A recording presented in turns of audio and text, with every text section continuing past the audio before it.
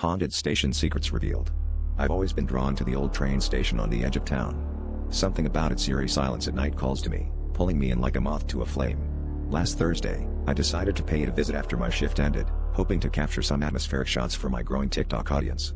As I arrived, the thick fog clung to the platforms like a shroud, and the only sound was the occasional creak of the rusted tracks. But what I found there was more than just an abandoned relic of the past. It was a gathering place for souls forever trapped in transit.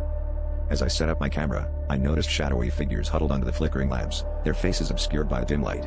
They appeared to be waiting, like any other passengers, but there was an unsettling stillness about them.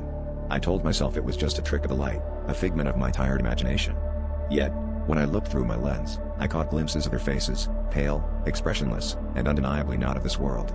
That's when I heard it, a faint whisper carried by the wind: "The train is coming." The air grew colder as I continued filming, each minute dragging like an eternity.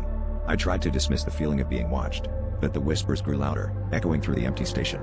Then, without warning, the station's ancient clock began to chime midnight, and the ground beneath me rumbled as if a train was indeed approaching.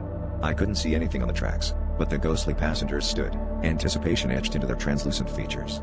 My heart pounded as I realized they weren't waiting for a train, but something much darker.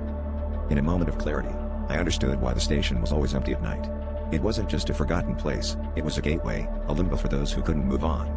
The train they waited for was never meant to take them anywhere. It was a haunting reminder of journeys unfinished and lives interrupted. I fled the station, my camera forgotten in the chaos, but the chilling whispers followed me home. Now, every night at midnight, I hear the distant chime of the station clock, a sinister promise that one day, I too might join the ghostly passengers waiting for a train that never arrives.